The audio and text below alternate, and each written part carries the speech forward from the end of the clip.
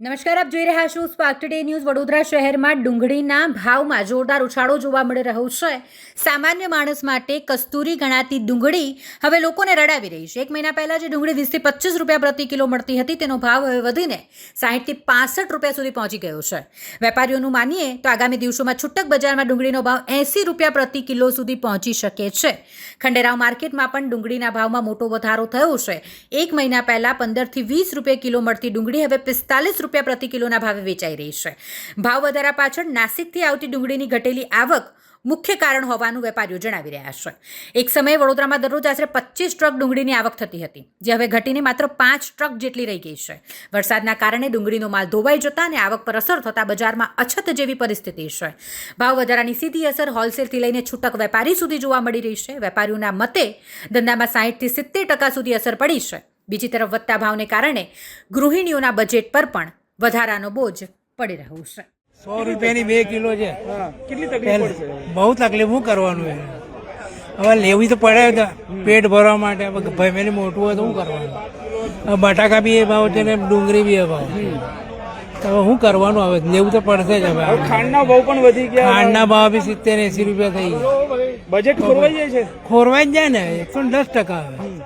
હવે જયારે 40-50 રૂપિયા કિલો હતી, આજે 70-80 રૂપિયા કિલો ખાંડ છે. હમણાં જ 2 મહિનો બી નહીં થયો વાત. તો એ ઢગલો હમણાં લોકોને લેવું પડે. આ વસ્તુ જેવી આ બધી જીવન જરૂરિયાત વસ્તુ છે, એટલે કોઈ બી હિસાબે તમને લેવું પડે. આ મોંઘવારી તો વધશે નહીં વધે તો બી તમને ખાવાનું તો જોઈશે જ 2 ટાઈમ. તો કરવાનું શું તમે? એટલે મજબૂરીને અમે મજબૂરી બધી ભૂલી જવાનું. હવે વસ્તુ લેવાનું એ લેવાનું, બીજું કશું કરવાનું નહીં. બસ આપણે આ ધંધો કરવાનો. મોંઘું હોય કે સસ્તું હોય, લેવું તો પડશે. ક્યાંક સરકારે ધ્યાન દોર્યું. સરકારને બી શું કહેવાનું? હવે એમના માથે શું છે શું ને આપણને ખબર નહીં. શું સરકાર બધે બધે તકલીફ છે એમને બી, નથી એવું નહીં યાર. પણ હવે એ બી શું કરે યાર? જે હવે એકચ્યુઅલમાં શું છે કે આ લોકોની ભૂલ છે. હવે ડુંગળી છે ને ઢગલામાં હમણાં ગઈકાલે મેસેજમાં બતાવેલું, આ ઢગલો બધા બજામાં કરીને મૂકી દીધી. હવે એમના ભાવ વધશે એટલે બધું કમાઈ લેશે. હતા એવા ને એવા પાછા મહિના પછી પાછા હતો એ જ ભાવ થઈ જશે. આમાં કોઈ ફરક પડવાનો નહીં.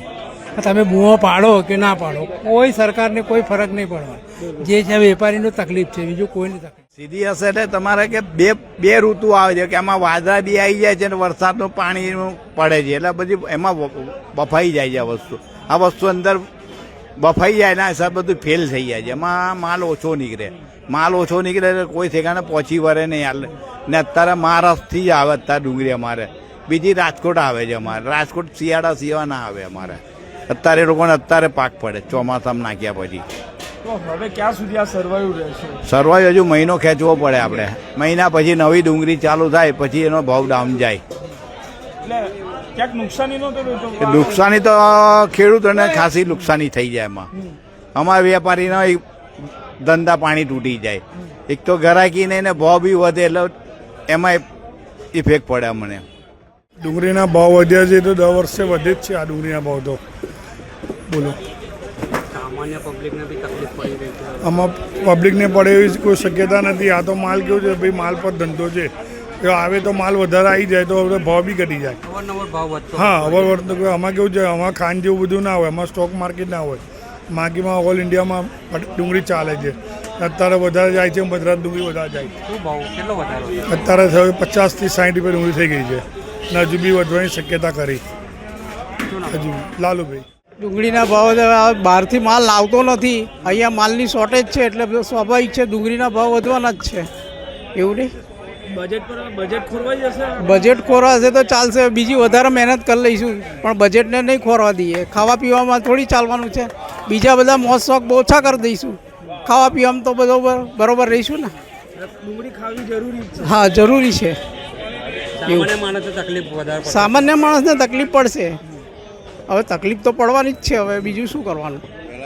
શું નામ તમારું? રવિકાંત.